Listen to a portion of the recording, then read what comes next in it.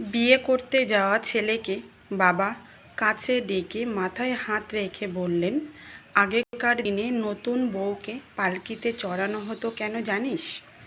তাকে তো গরুর গাড়িতেও আনা যেত, তা না করে পালকিতে ওঠানো হতো।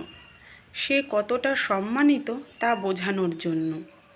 পালকি থেকে নামানোর পর এ সম্মান কমানো যাবে না। সারা জীবন পালকির সম্মানেই তাকে রাখতে হবে। নতুন বউ পালকিতে উঠে কি করে জানিস? কাঁদে।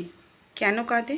শুধু ফেলে আসা আত্মীয় স্বজনদের জন্য না, নতুন জীবন কেমন হবে সেই ভয়েও কাঁদে। তার চেষ্টা হবে পালকির কান্নাই যেন তার জীবনের শেষ কান্না হয়। এরপর আর মাত্র দুটো উপলক্ষে সে কাঁদবে: মা হওয়ার আনন্দে আর তুই মারা গেলে। মাঝখানে যত শোক আসবে তুই তার চোখের জল মুছে দিবি। বউ সবচেয়ে কষ্ট পায় কিসে জানিস? স্বামীর খারাপ ব্যবহারে।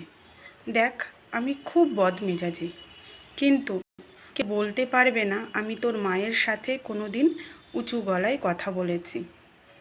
বিয়ে মানে আরেকটি মেয়ের দায়িত্ব নেওয়া। এটা ঠিকভাবে পালন না করলে সৃষ্টিকর্তার কাছে দায়ী থাকতে হয়।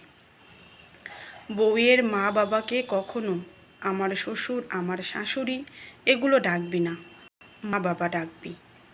আগের ডাকগুলো কোনো মেয়ে পছন্দ করে না। তুই ওগুলো ডাকলে বউ আমাদের ওই নামেই ডাকবে, এটাই নিয়ম।